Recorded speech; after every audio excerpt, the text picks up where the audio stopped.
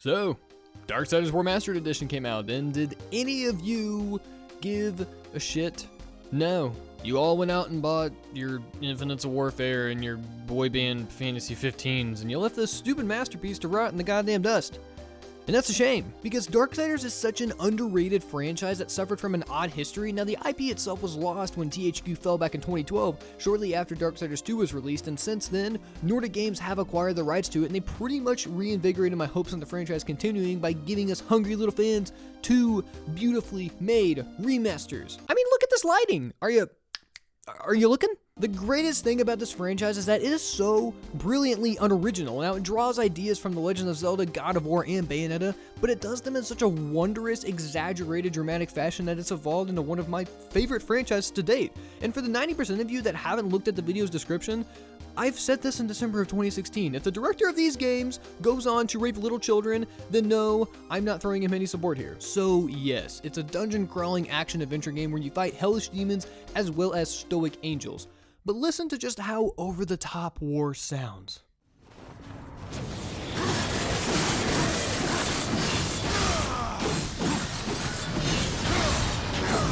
It's like he's taking a massive shit to appease the gods. This kind of thing is why I love Darksiders. The mentality behind the games is just so seamlessly perfect. It has these way exaggerated character designs that aren't trying to mimic reality because it's actually got some goddamn fantasy and thought put into it instead of the bland drivel that the gaming industry monarchs seemingly shit out month after month. Now, don't get me wrong. Sometimes that shit tastes good, but other times it just tastes like runny shit, and that's bad. Now, as far as combat goes, oh ho ho!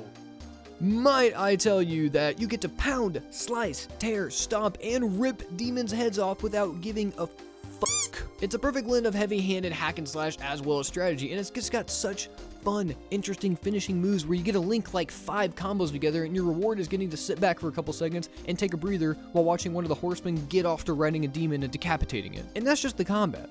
The story is so wonderfully overblown that it is borderline crazy at times with its take on revelations from the Bible, because in these games, you get to play as one of the 4 horsemen of the apocalypse. Imagine that shit for a couple seconds. The Darksiders series follows what I like to call the traditional adventure template. Guy has bad thing happen to him, now he wants revenge, then he grows stronger through his adventure and eventually reaches his personal ending point. It's a very basic formula, yeah, but Darksiders doesn't really stray that far from it, and I'm glad for that. They provide innovation by combining other proven formulas and saying, hey, we can do this too, guys, but we'll combine it with this and this, and you'll like it, damn it. I realize that most of you probably think what I just said sounds like a bad thing, as sometimes we kinda seem to be hardwired into thinking that anything that doesn't completely 100% innovate and turn the gaming industry upside down is a piece of shit. Now, I'm not saying that having no creativity is a good thing, far from it. But as I previously stated, Darksiders throws these existing formulas into a blender, smashes the puree button to smithereens, and creates a cup of creamy goodness. And unlike many other games of the last generation, these games actually present an art style that's going to age pretty decently, because War and Death both look like they're ripped from a Warcraft and Dungeons & Dragons fanfare magazine with their bold colors and giant rippling biceps, and the enemies' faces are just so adorable in their ugliness. Now, yeah, I know this video really hasn't gone anywhere, but I kinda just wanted to get on here and gush about what's become one of my favorite franchises. And would you believe the Wii U, of all things, introduced me to this lovely work of art? But what's the best part about this game, you say? It's the horseback riding.